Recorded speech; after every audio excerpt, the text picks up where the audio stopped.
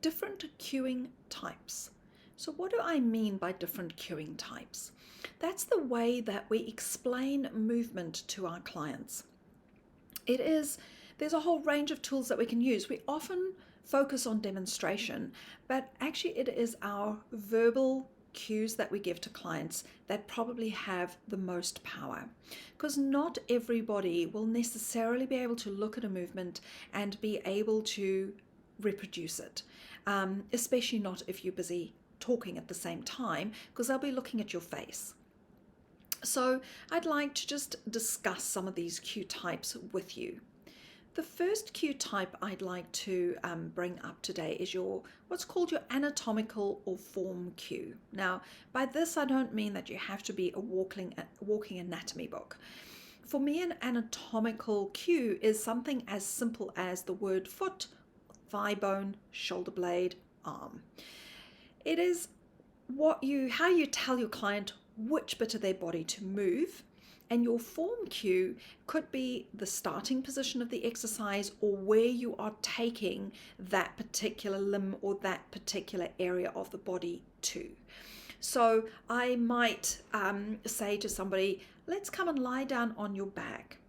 Bring your heels in line with your sitting bones, knees directly up towards the ceiling.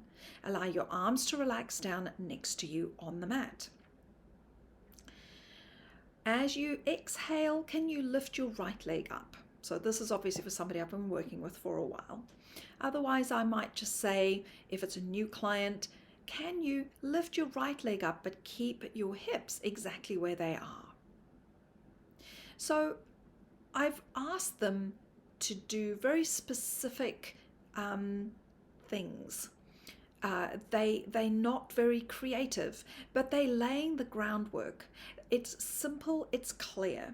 If I go and talk to my client, unless they're a medical doctor or a physio or somebody who has an extensive anatomy knowledge, I'm not going to say to somebody, can you please create anterior flexion in your hip with your femur, sinking your femur head down into the posterior part of your hip socket, or whatever fancy word you want to use. That's not going to help anybody. You might sound like you're really clever, but your client's going to be really confused and they're going to feel really stupid.